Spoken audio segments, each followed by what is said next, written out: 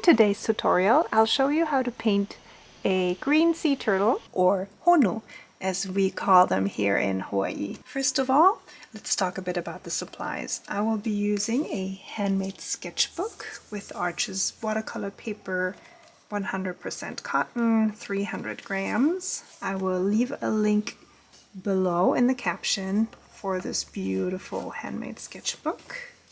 And next I'll be using watercolors in these colors. I put them down here in color swatches. So this is a Pacific blue, light teal, yellow ochre. This is a burnt umber, and this is another a bit lighter, more gray brown color. I will also be using colored pencils. These are all by the Swiss company Caran. I have here a water-soluble one, Supracolor. The color is golden yellow. I have a Pablo, and this color is olive brown. And I have a Luminance, which I dearly love. As you can see, this is already pretty small. And this is a Kassel Earth. I'm also using different size round brushes, a size 3, size 4, and a mop brush size 8. I will link all the materials down below in the caption. A tip for you if you have trouble catching the shape or sketching whatever animal you want to sketch is to start with a thumbnail. So when we look at this turtle, we can see that there is, for one, an oval shape for the body, another oval shape for the head. Then the flippers, you could say they're kind of like elongated triangle shapes.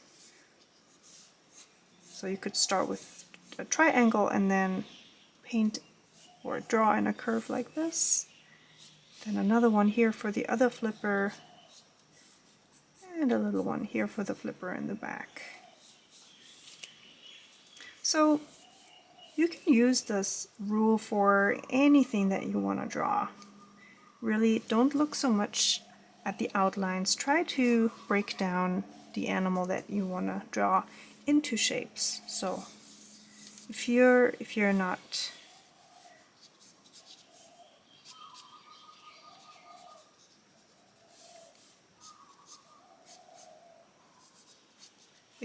sure yet how to start, where to start, then just try out a few smaller thumbnail sketches like I just did here. And you'll see that once you get to your bigger piece of paper, it's going to be much easier for you. And with every new thumbnail sketch, you can get a bit closer to the final shape.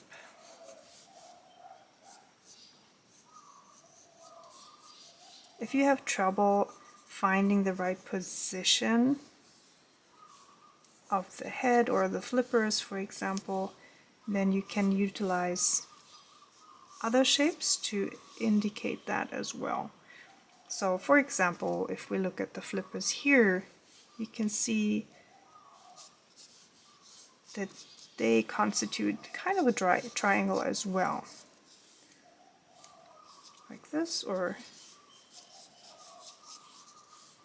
let's say it's like this.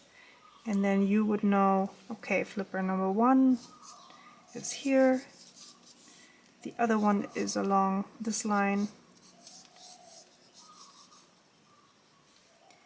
And the head comes out here. So of course this is a very rough sketch.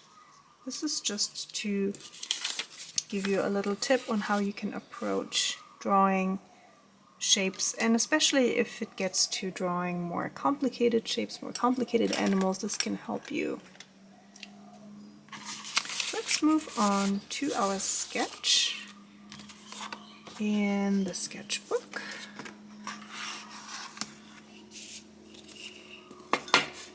I think I forgot to mention that I'm also using a mixing palette, a ceramic mixing palette today. We will work with quite a few layers, and it's always handy to have a mixing palette so that you don't have to grab your paint right out of the pan and go directly on the paper. Now you have the choice for the sketch to either do it in pencil and then erase the pencil lines until you can barely see them. Remember that once you have pencil down on the paper and you paint over it with watercolor, you won't be able to erase the pencil lines. So if you don't want to use a pencil, you can also go ahead and use a colored pencil in a similar color to the finished turtle that we'll paint. So for example, for this turtle, which is kind of like a brown color, you can just go ahead and use a light brown colored pencil, or maybe even a yellow colored pencil. For today's session, I'm gonna do my sketch in pencil. Okay, so you want to make sure that you can fit the whole turtle into your sketch. So I always start with just marking important points on the page so that I can know how big it's gonna be, how big it's gonna sit here on my sketchbook page.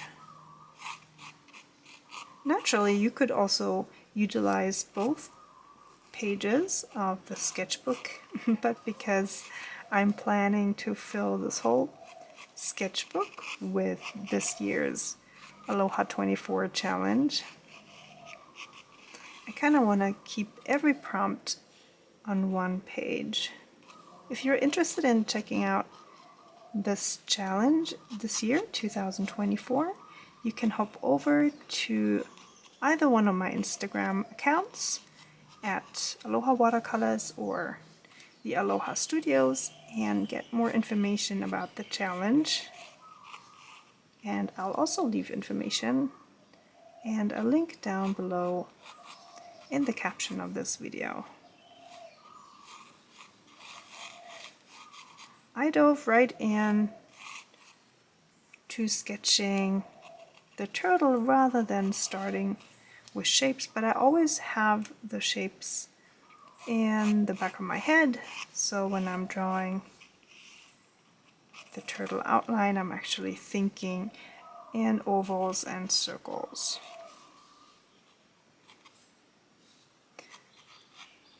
I'd say if you are a beginner, don't have much experience yet with watercolors or drawing in general, you can spend a little more time on the sketch, and then you'll have peace of mind once you start coloring it in. If you are a bit more advanced, you probably only need a few points, a few hinting guidelines, so to speak,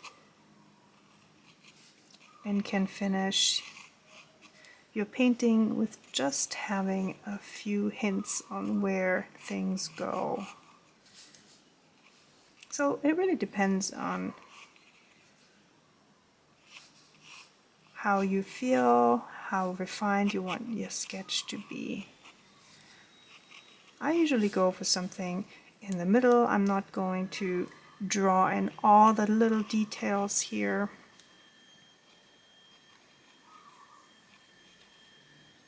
Just a few important landmarks, so to speak. Alright, I know this is hard to see on camera, but this is my finished pencil sketch. And I have a kneaded eraser here, which is super useful to just roll over the drawing, the pencil sketch, and erase the lines to where they are barely visible. However, because we are going to paint with both watercolor and colored pencils today, I really feel that it's okay if there's some pencil line showing through, because later on I'm just gonna refine everything with colored pencil and I can just draw over the pencil lines. In the next step, I'm going to lay down water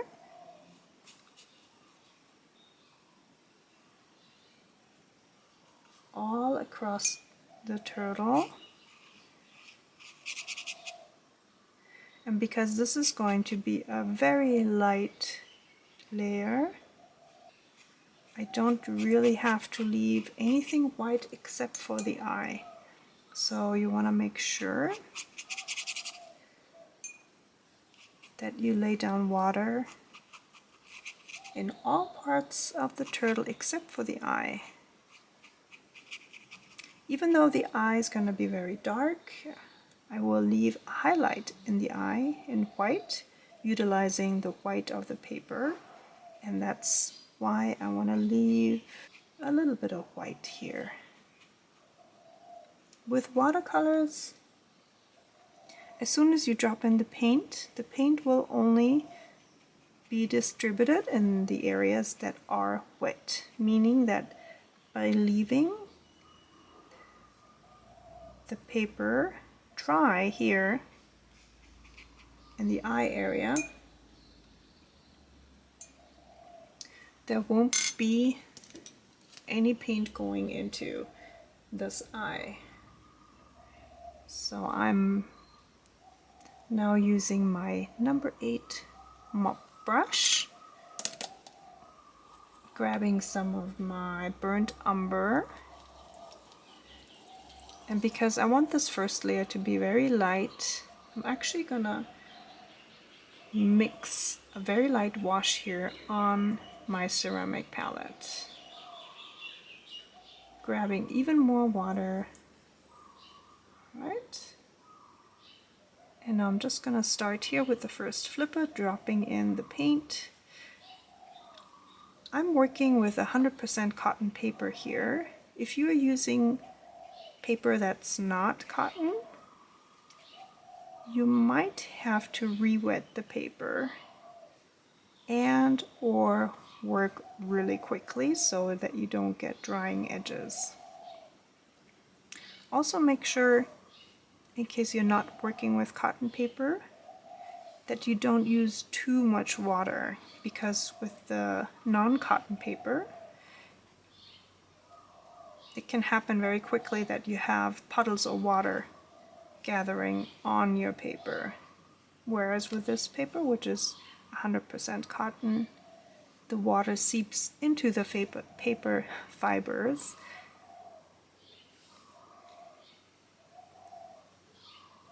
which is really excellent to work with for these kind of layering and blending techniques. Alright, this is it for the first step.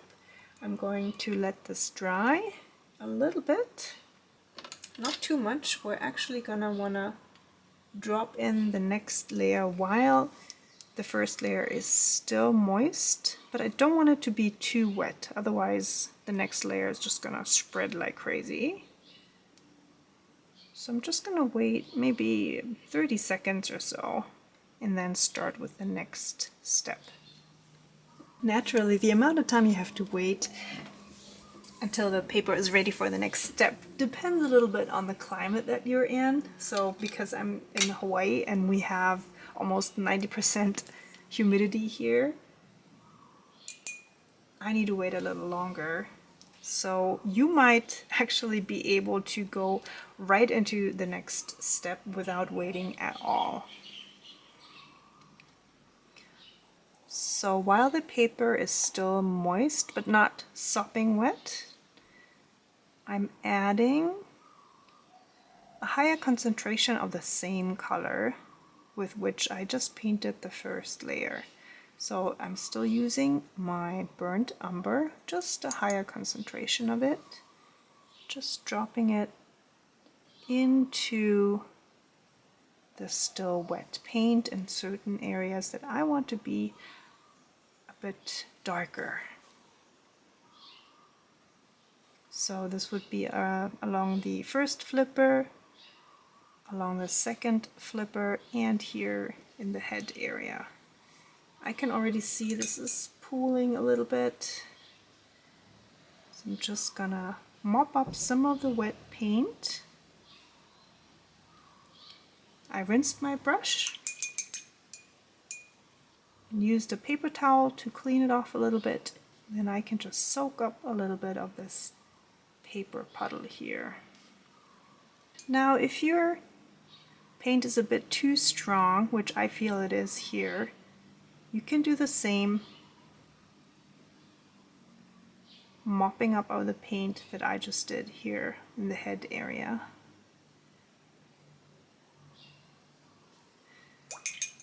So what I'm trying to achieve here in this step is a few spots that are darker, but not too pronounced. I want this to just be kind of an abstract background for the turtle body. Alright, this is looking better. And if you feel like it's not dark enough, then of course you can add a few more spots of paint.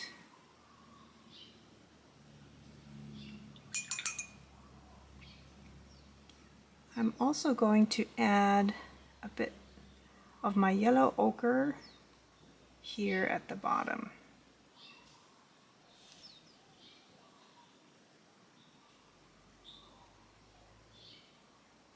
Alright, and this is it for step 2. Now I'm going to let this dry completely before we go to the next step. My layer has dried completely. Make sure it's really dry before you attempt the next step. So in the next step we're going to add details with watercolor, and that's why it needs to be really dry. So let's start with the flipper. Basically what you're gonna paint in is kind of like a pattern.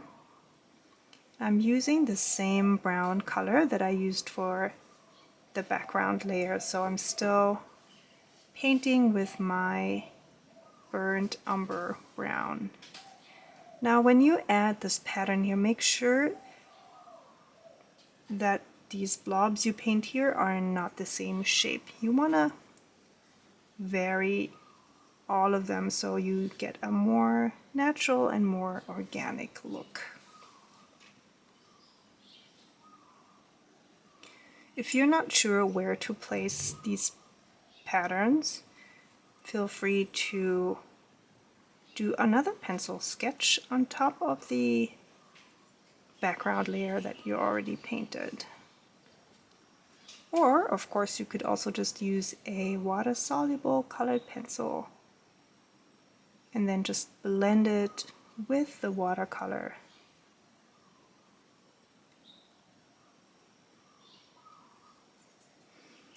So as you can see, I'm doing this pretty quickly, but you can take your time with this part, of course, and really be more exact. So in general, I really prefer a more loose style and just going with the flow. I'm not too concerned about getting all the shapes right and too precise. But please feel free to make a sketch and be as precise as you want to be in this step. Just remember, as I mentioned before, to not make these pattern blocks or blobs too symmetrical. Try to vary the shapes.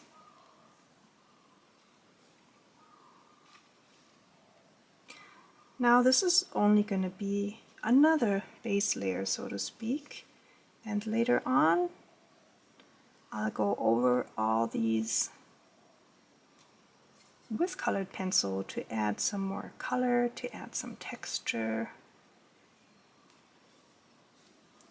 and some more definition.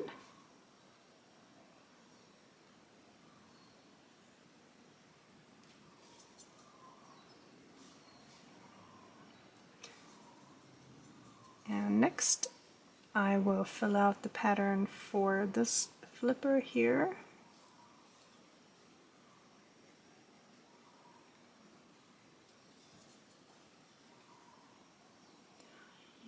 By the way, I was curious about why the green sea turtles are called green sea turtles. So I looked it up, and what I found is that the color green actually refers to the color of their body fat. So it's not so much the color of the outside shell and flippers and skin. Even though I have to say, I mean, I have seen a few of those here in Hawaii. They're not that rare. It's fairly easy to see them on the beach or in the water. And they do have like a greenish tint a little bit. But apparently the name comes from the fact that their fat inside is green. It's kind of hard to imagine. Before I go and paint in the pattern here in this yellow ochre, I wanna let this dry a little more so it doesn't bleed into the brown that I just painted. So in the meantime, I'm gonna start with this part here.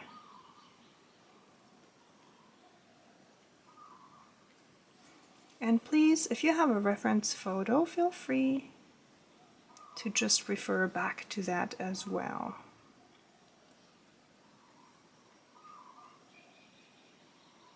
And of course, as always with this challenge that I'm hosting, the Aloha 24 challenge this year, I'm always encouraging you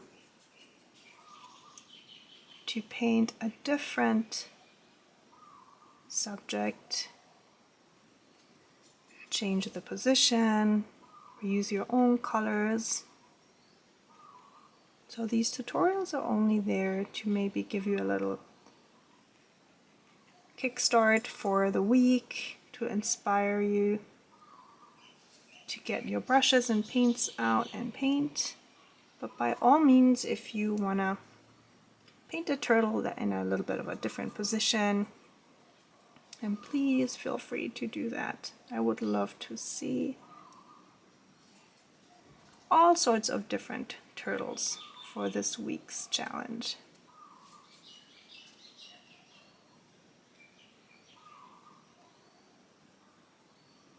Okay, if you are using the same reference photo that I did, you will see that the back flipper is actually not in the photo, so I just made it up. It's always a good idea to also look at other reference photo, not just one but different ones, and to kind of combine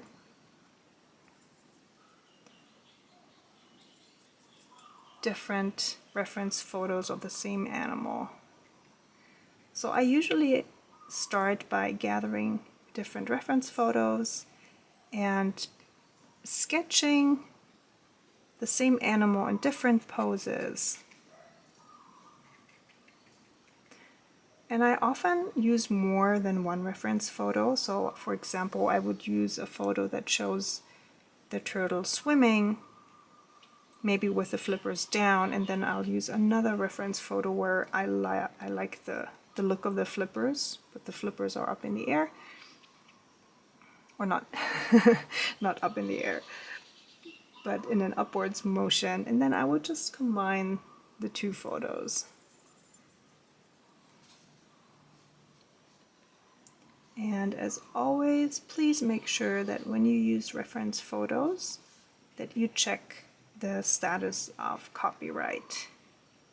There are a few websites where you can find wonderful photos that are copyright free. One of them is unsplash.com. There's also pixabay.com. I'll leave links down below in the caption for you. You can also find photos in the Wikimedia or Flickr Commons area. However, some of them do have a bit of a different copyright usage. You can use them, but you have to make sure you leave a reference link.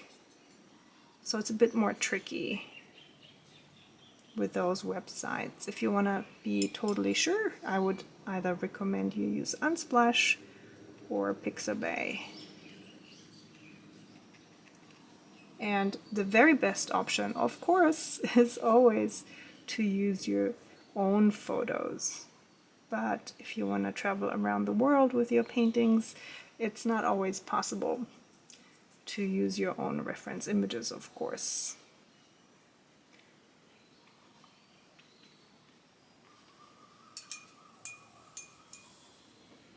Alright, I'm going back to the flipper here and adding yellow ochre to this part of the flipper.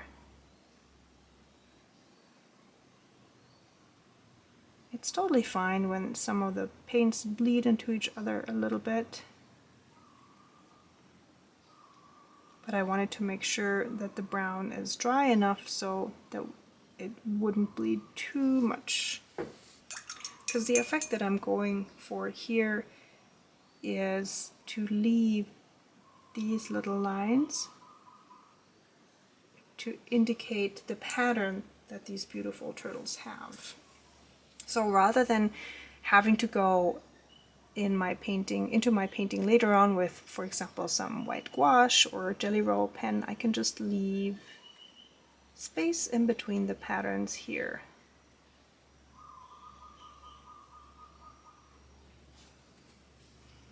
Alright, and then for the part of the neck that usually looks a bit crinkly, I'm picking up some of my burnt umber and then just very gently, lightly swishing my brush back and forth. I'm just holding it very loosely, kind of like upright.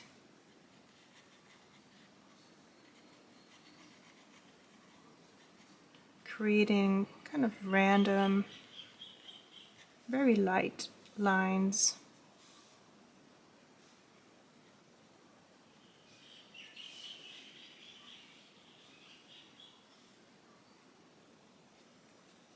Also here in the back flipper. Watercolor will dry a little lighter, so even if you feel that the overall color is a bit too dark, I think it's going to be fine. And as I said before, we can add some more texture, depth, and shadows with colored pencils later on. Alright, I'm gonna let this layer dry and I'll see you in the next step. My paper is completely dry and I'm ready for the next step. First, I'm going to add the eye. I will do that with watercolor and then we'll switch to the colored pencils. So for the eye, I'm going to use some of my grayish brown paint right and straight out of the pan so that it's very opaque. So feel free to use an even smaller brush. I have a size 3, but you can totally use a size 1 or 2 for this part to create a really nice fine line.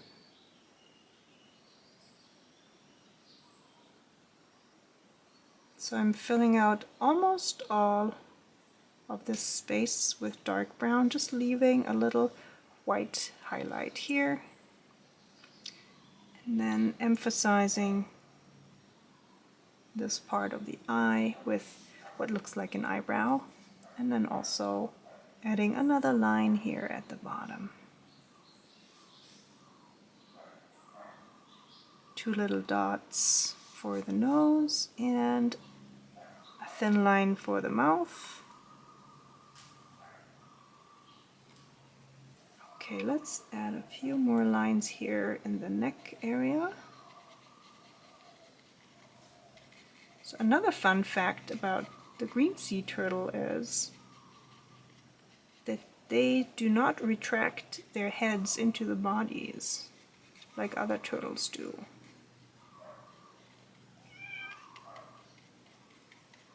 And the cat you just heard is my cat Mocha. Hey Mocha!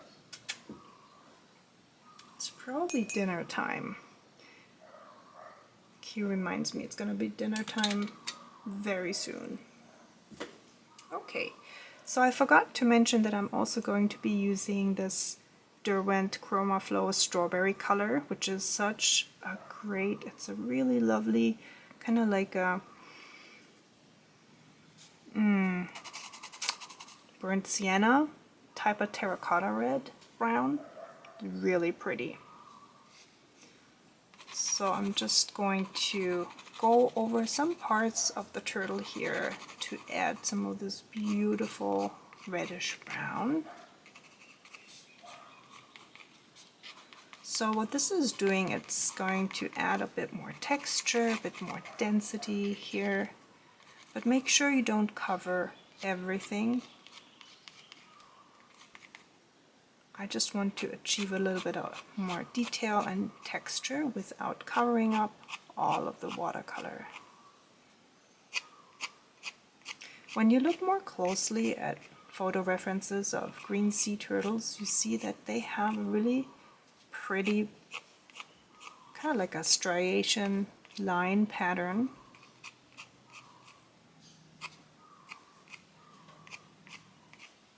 And to emphasize that, you can, with quick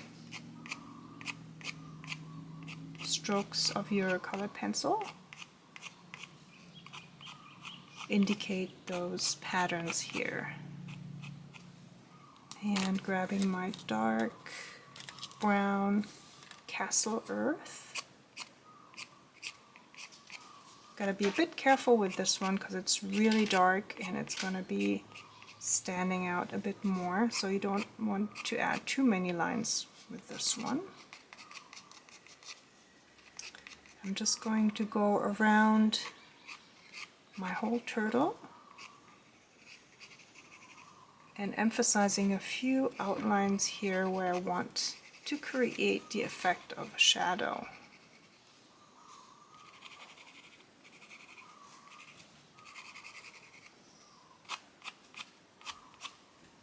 And also going back in to emphasize that beautiful line pattern.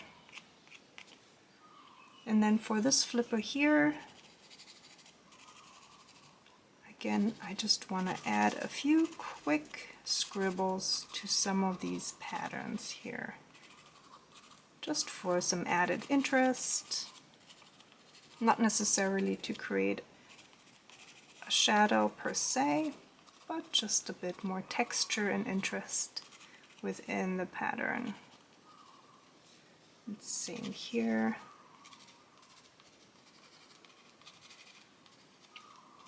Now it really depends on what kind of paper you're using for this project. If you use a cold press rough surface watercolor paper like I'm doing here, you're going to see a lot more texture when you apply the colored pencil. However, if you're using a really smooth hot press, maybe even a mixed media paper, everything is going to blend a lot more. So it kind of depends on what style you like. If you want a more rough texture, I'd suggest that you use a cold press rough surface paper. And if you want to create blends, then I suggest you use a hot press paper. As you can see, I'm just switching between my colored pencils and adding a bit more yellow here and a bit more brown over there.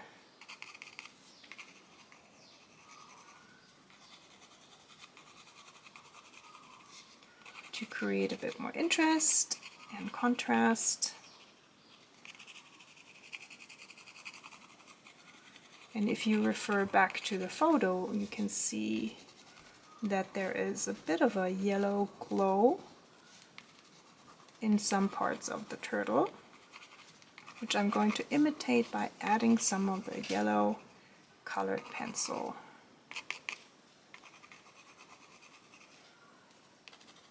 Also over here.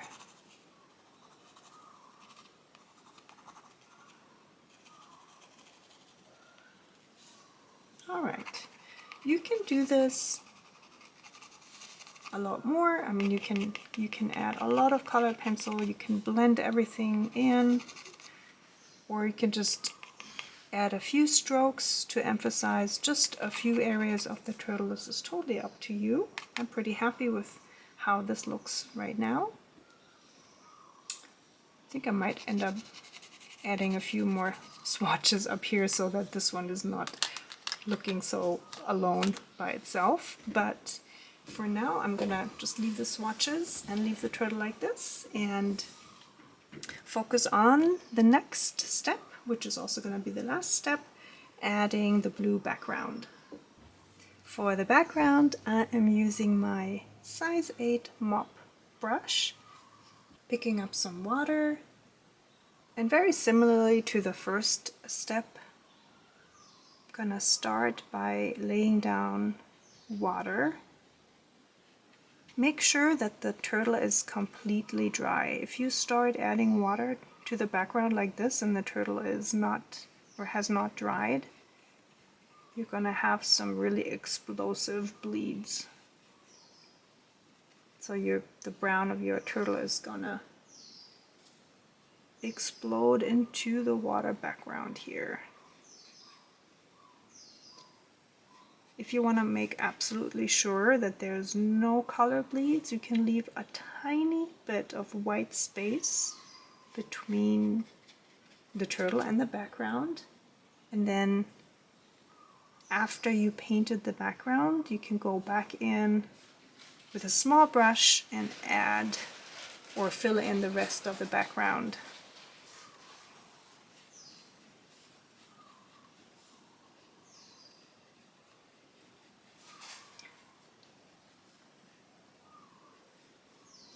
Alright, just going around the turtle. When you put down all the water, you can tilt your paper a little bit to see if you caught all the spots. You'll see the paper glistening a little bit where it's wet. Make sure you don't use too much water, because then, as soon as you tilt the paper, it's going to start running into the turtle, and we don't want that. Pick up some of the light turquoise, or of course you can use any type of blue that you like. It really doesn't matter for this part. I think any type of blue would look really nice in combination with this turtle. And then quickly add your paint to the background. And as I mentioned in the beginning of this video, if you work with watercolor paper that's not cotton, you probably have to work a bit more quickly so that you don't end up with drying edges. However, honestly, I personally don't really mind drying edges that much.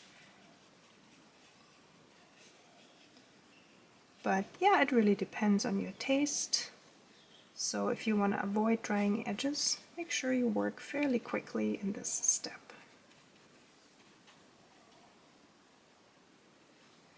And as you can see, I left a few white spots here right next to my turtle, and just going back in,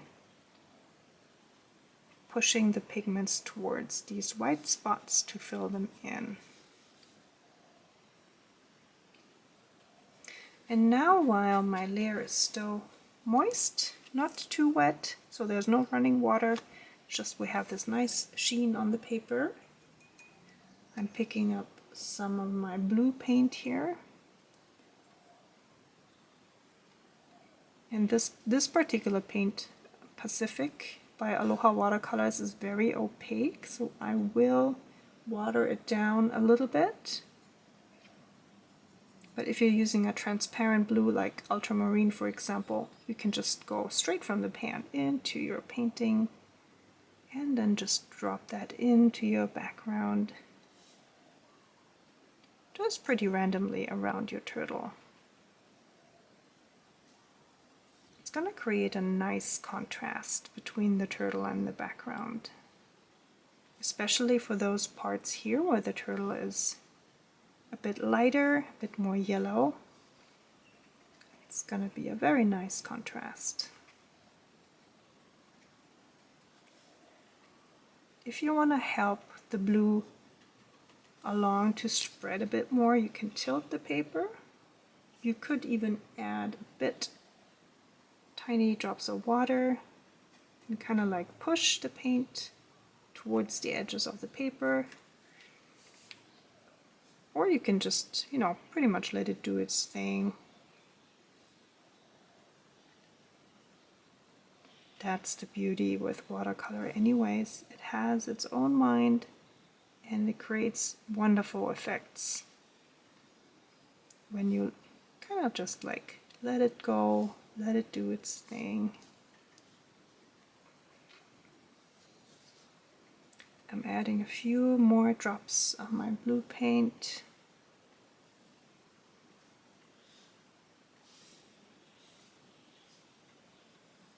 And if you see a puddle of water, you can mop it up with your brush. If your brush is too wet, then just rinse it, dry it with a paper towel, and then go back in with your thirsty brush and pick up some of that water.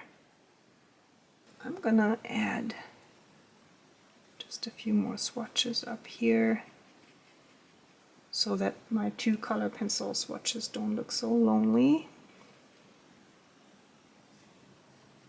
So this is totally optional. I mean, you don't have to do that at all, but if you like, you could paint those swatches in the very beginning and even maybe write down which paints you used for later reference.